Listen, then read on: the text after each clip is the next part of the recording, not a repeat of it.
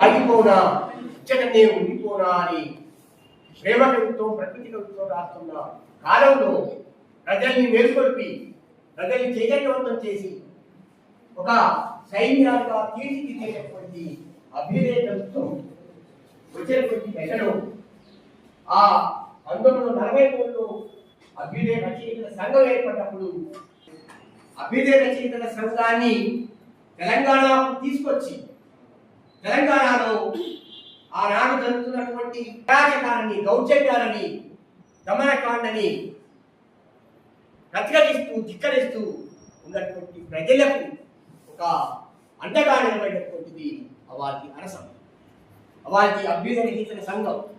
ఆ అభ్యుదయ రచయితల సంఘాన్ని తెలంగాణకు హైదరాబాద్ తీసుకొచ్చి ఆ పోరాటాన్ని అణిచివేయడానికి వచ్చినటువంటి సైన్యాన్ని తెచ్చింది వాళ్ళు. వాళ్ళ ఏ పెద్ద కవి కూడా ప్రశ్నించలేదు. తెలంగాణ కవి ఈ అభ్యుదయ రచయితల సంఘమే అందించినటువంటి కవి ఆ రాజారాం.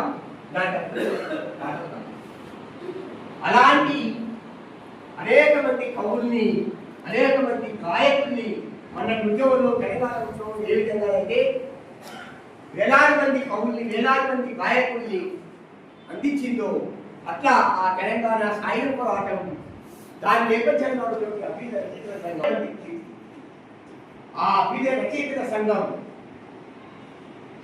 కమ్యూనిస్ట్ పార్టీ రెండుగా అనేది దీనికి ఒక రచయితల శాఖగా పనిచేస్తూ చాలా కొత్త మంది కవులు తయారు చేశారు.